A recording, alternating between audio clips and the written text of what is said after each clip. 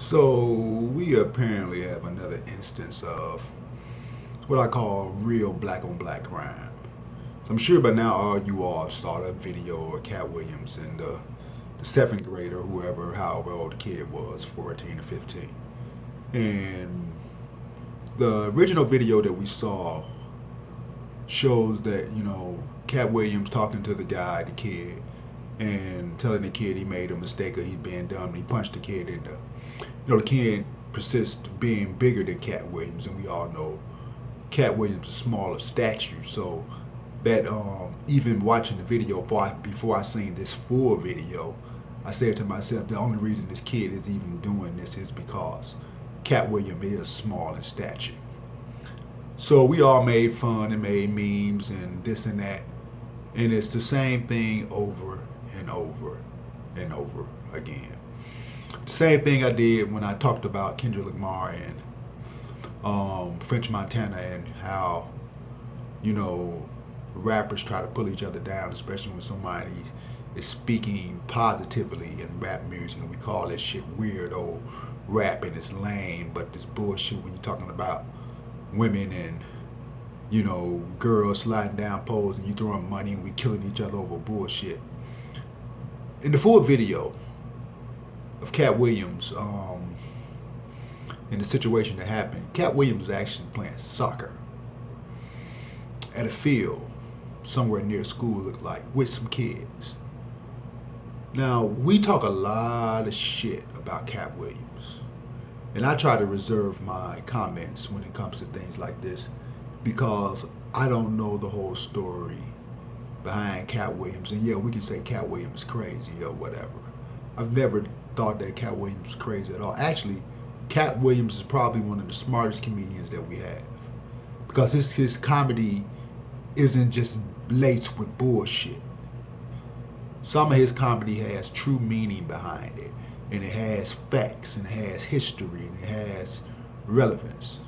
Sort of like some of Chris Rock's comedy, Dave Chappelle, D.L. Hughley. To me, those are the best comedians because their comedy is not just a bunch of foolishness, but it has substance also to go along with some of the foolishness to bring light to the situation. So in the video with Cat Williams, the boy, he ain't a little boy, because he was bigger than Cat, was taunting Cat and, he followed Cat. Cat Williams left the fucking field and the boy followed him all the way over to where he was. But Cat Williams sat down and the boy still was trying to fight with him.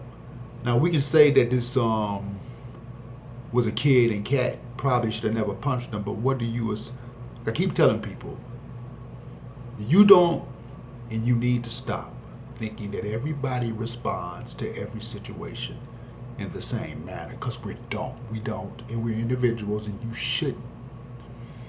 And what Cat did with punching the little boy, was it wrong?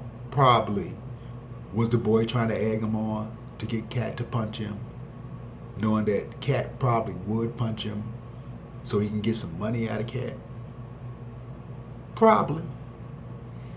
But the little boy was able to put Cat in a submission hold, or whatever you want to call it, and we all thought it was fun and games. Cat Williams does what most black celebrities want to do. He comes back to the hood, and he shows the hood love. When the last time you seen Michael Jordan motherfucking ass in the hood playing soccer on a soccer field? When the last time you seen Charlemagne the God in the hood outside being on Catfish on some bullshit? When the last time you seen any of our quote unquote famous people in the hood really showing the hood love? We are a part of our own demise. Yes, there's a system set up, but we play a big role in our bullshit just for the sake of money, ratings, and so-called fame. Now, for all you people who talk shit about Cat Williams and bash Cat Williams and say he's crazy and this and that, watch the full video. In the same intensity that you came at Cat Williams to say all this stuff about him, you know you owe this man an apology. And people talk all this shit, where as a kid he still punched a kid. Some of these motherfucking kids these days needs to be punched. Not only punched, but suplexed. And it's all because their parents, social media, and the powers that be has allowed these kids to grow up with a lack of respect, not only for themselves, but for the people who have came before them. And the music, like I said before, doesn't help one bit. Now, I don't mean to go at Charlemagne the God, but I am, because I sent the video to him on Twitter, and he responded to the video by saying that we are so quick to uphold, you know, our, I guess, celebrities and foolishness. That's all the Breakfast Club is about, is fucking foolishness. And especially Charlemagne the God. Charlemagne the God would sit there and provoke and instigate fights between black celebrities, between the callers when they call there. I mean, with music and all the shit he did to Lil Mama or whatever. I think that was her name, the lady that sang, the girl that sung the Chicken Noodle Soup song. He made her cry, and he thought that shit was funny. Then he has the audacity to say that we're upholding our celebrities and foolishness, especially Cat Williams. And what Cat Williams was doing was something that I've never seen Charlemagne the God do. Was giving back to the community and spending time with the people in the community.